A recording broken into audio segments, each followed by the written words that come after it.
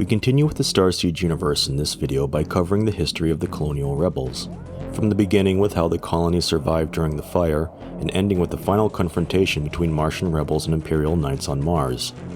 On an interesting note, in a short story written by Blake Hutchins, Emperor Petrison wanted to stoke the fires of rebellion on Mars and even manipulated Harabek to go and join them after the Turkazakistan debacle. In Petrison's own words, he wanted the rebels to take the edge off the cyber advance when that devil Prometheus finally moves against Earth. However, Petrison gravely underestimated how effective he would be. But we'll cover that more when we cover the history of the Empire. So without further ado, let's begin our history of the colonies. As Petrison's empire raised its shining towers and monuments, colonies on Mars, Venus, the asteroid belt, Europa, Io, and Titan toiled to provide for the Emperor's military.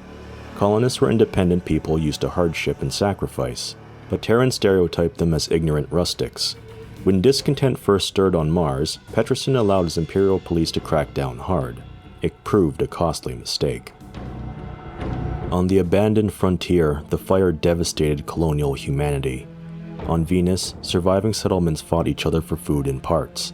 On Mars, destruction of terraforming apparatus cooled the planet by several degrees, and Martians faced starvation. Luna and the Belt colonies simply perished. Venus was a graveyard. Lack of supplies weakened the colonists to exhaustion. They struggled to maintain equipment needed to keep their bulkheads intact. The absence of help from Earth embittered Venusians, who had watched loved ones die during a time when it was technically possible for rescue forces from Earth to provide assistance. The war wrecked the fledgling Martian ecology. Survivors suffered battle shock. Food was scarce. Desperate colonists focused on food production and repair of atmospheric converters.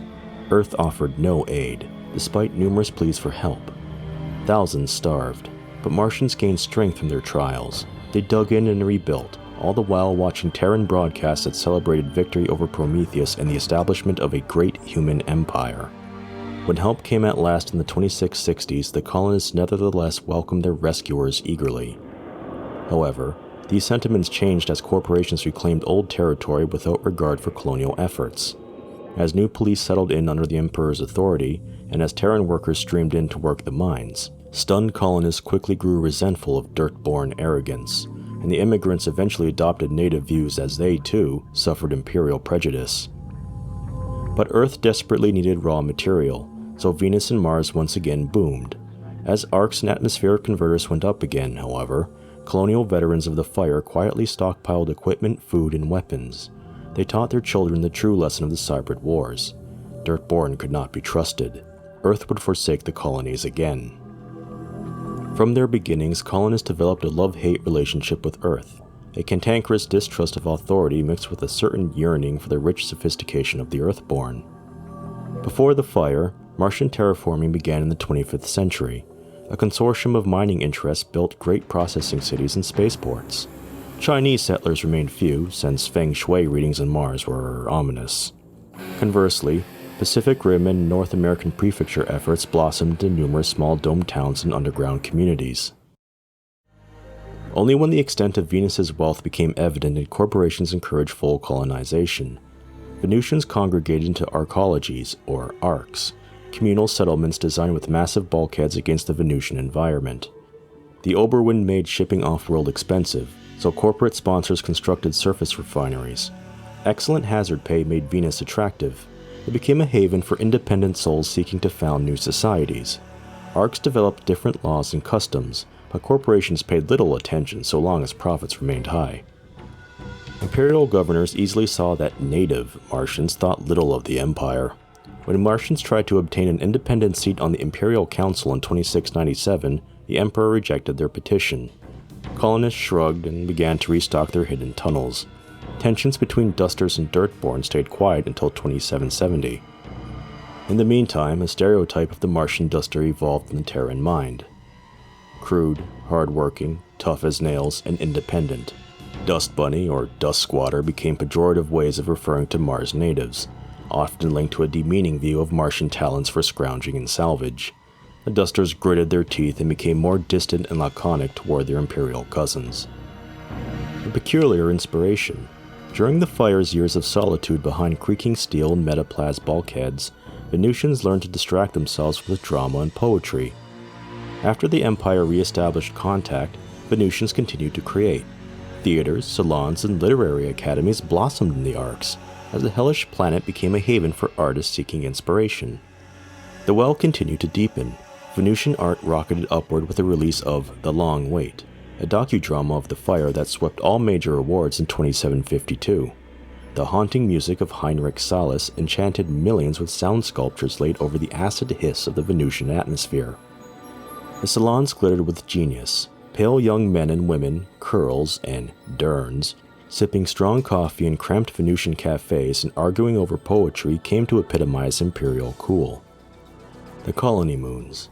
Though less populated, the various moon colonies developed distinctive cultures. Luna became known for its mining, its military bases, and a resort town called Arx Imbrium, the Citadel of Dreams. Operating under imperial charter, Arx Imbrium was a domed city filled with posh hotels, low-gravity sports, pleasure arenas, and gambling.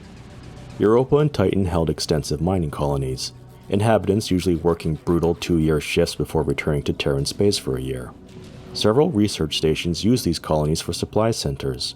In addition, Titan hosted a docking station for TDF's Long Patrol, the long-haul naval squadron that patrolled deep space for signs of cyber activity.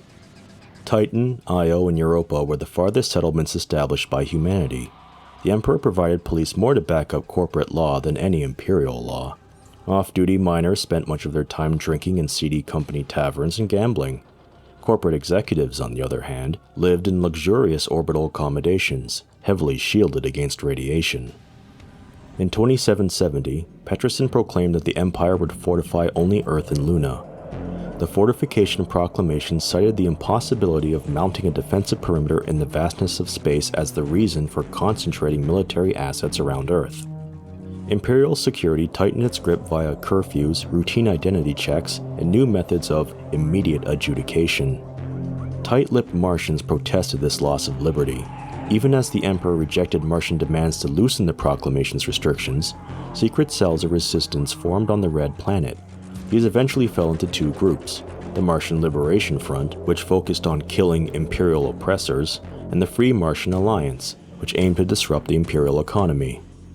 As Martian effort earned increasingly less return, the resistance began to steal and stockpile weapons, food, and vehicles. In 2815, armed cells carried out the first attacks on Terran corporations and imperial police installations. The Empire dismissed these events as the actions of a few terrorists. Nevertheless, the moles, as the rebels came to be known, continued to strike and withdraw into the old tunnels. Many of these tunnels had been forgotten since the fire, except to the descendants of the survivors. As civil unrest increased, so did imperial police power. In 2821, the Emperor granted Police Security Chief Navarre full governing authority over Mars. Sec Chief Pursuit drove rebels to dig new tunnels and hiding places, closing off some old routes and reopening others. Cat and mouse games had returned to Mars. The proclamation also hit Venus hard. Low prices cut wages and reduced funding to the Arcs. The Empire sent in bioderm labor when miners tried to strike. Bioderms were incorruptible, hard-working, and cheap, efficient replacements for disgruntled Veens. The salons wrestled with anger, and Imperial police arrested the boldest critics. Prisons were rare on Venus. The police way of dealing with criminals was summary justice, usually chemical incarceration, and serious crimes carried sentences of bioderm conversion. Venusians were furious as their own people became Imperial drones. Music out of the arcs of Dante, Shelley, Faustus, and Byron became explosively strident. The police rounded up dissident musicians and artists, the Empire's tolerance of Veen radicalism having clearly reached an end. In 2820, Herebeck Weathers began his self-imposed exile on Mars. Taking the name Beck Storm, he put his personal equipment in storage and proceeded to wander the planet. He worked a variety of jobs without complaining at the often hard labor, and his easygoing attitude won the respect of the dusters. For Beck, it was a journey of discovery. He saw much that he liked in the Martian character, and his lingering Imperial loyalties faded as he witnessed the repressive tactics of the Imperial police. By 2824, he had joined a cell in the Free Martian Alliance. His quick mind and Imperial training made him an invaluable asset, and he passed test after test set for him by a dubious mole command. In 2826, rebel miners investigated unusual readings from the bedrock many kilometers beneath Olympus Mons. At the locus of the anomaly, the team found the unthinkable, a treasure trove of advanced technology not matching any known human manufacture or science. The storage chamber itself added to the mystery, appearing to have been created through some miracle of surgical teleportation. When the shock wore off, rebel scientists cautiously examined the technology. Despite apparently alien origin, the technology proved easily adapted to human use, almost as if it was left expressly for humans to discover. Religious dusters praised the find as a sign of a divine favor. More skeptical rebels feared they had stumbled upon a cybrid cache. Pragmatic above all, Mole Command authorized conversion of the alien technology for combat purposes. The task proved frighteningly easy. Field testing still posed a challenge. Beck, now a rebel field officer, took charge of testing new weapons, cloaking, and propulsion systems. He proposed that space raiders pirate Imperial cargo drones and shipping. The rebels could stockpile supplies while shaking down the new gear. Mole Command agreed. Beck's raiders operated unscathed through 2827. The new tech worked flawlessly. The biggest problem was underestimating the new weapon's power. Additionally, the cache was a finite resource, so later problems involved rationing replacement components, since the rebels were years away from being able to manufacture new parts. By 2828, Beck's storm had arisen to Mole Command in the general's duties. At his urging, Mole Command prepared a massive offensive against the Imperial Police. As preparations continued through the last months of 2828, Beck secretly distributed cache weaponry to rebel cells on Venus, Luna, the Jovian colonies, and Titan. Cautious forays by rebel strike crews drew out the police, who expected no serious resistance. Beck's irregulars met them with innovative tactics made uncannily effective by cache technology. Stung, the Imperials pulled back to their bases. Very quickly, the rebels came to own the hinterlands and outback areas. As the skirmishes against the police waxed and waned, Mole Command waited. The plan was to launch Yoke Offensive once the relative orbits of Earth and Mars made transport of relief forces from Earth increasingly difficult. As 0 hour approached, cache technology permitted rebel forces to creep into attack positions undetected by Imperial satellites. Yoke Offensive began when Beck used stolen artillery to flatten the defenses of an Imperial communications array. Beck linked his comm system to the base antenna and broadcast a short speech in which he revealed his true identity as the Imperial Knight Phoenix, and challenged the Empire to accept Martian independence. The rebels themselves were shocked at first, but rallied quickly behind Harabek. The Empire responded by mobilizing its fleet at record speed. Led by Harabek's brother, Kanan, the Night Strike Force Red Whirlwind set out a month after Harabek's Phoenix Declaration. The Imperial fleet followed 2 months later. On Mars, the rebels continued to advance on all fronts. The Imperial police retreated to Carter Flats, their main base in the southern hemisphere. There, the rebels closed in with crack troops. Sec Chief Navarro was executed by zealots from the Martian Liberation Front before Harabek could intervene. Mars was free, for the moment. Heartened by news of the Martian victory, rebels on Venus and Titan rose up, and the Empire found itself facing a system-wide revolt. Harabek urged the new Martian government to keep the celebration short. Imperial reprisal was on the way. The rebels began to dig in. Kanan and his knights dropped onto Mars within an hour of hitting orbit. Harabek struck immediately. Both sides suffered heavy casualties. The brothers engaged each other inconclusively.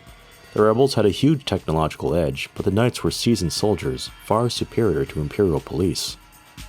With Harabek leading them, the rebels held their own for weeks, but when the Imperial fleet entered Mars orbit, Kanan let the knights show their true capabilities.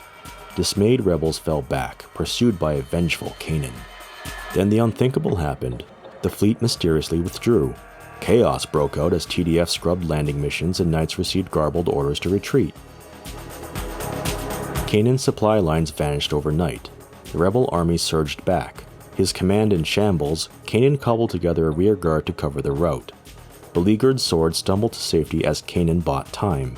The Grandmaster's group failed to escape, however, and the final lander departed without Kanan.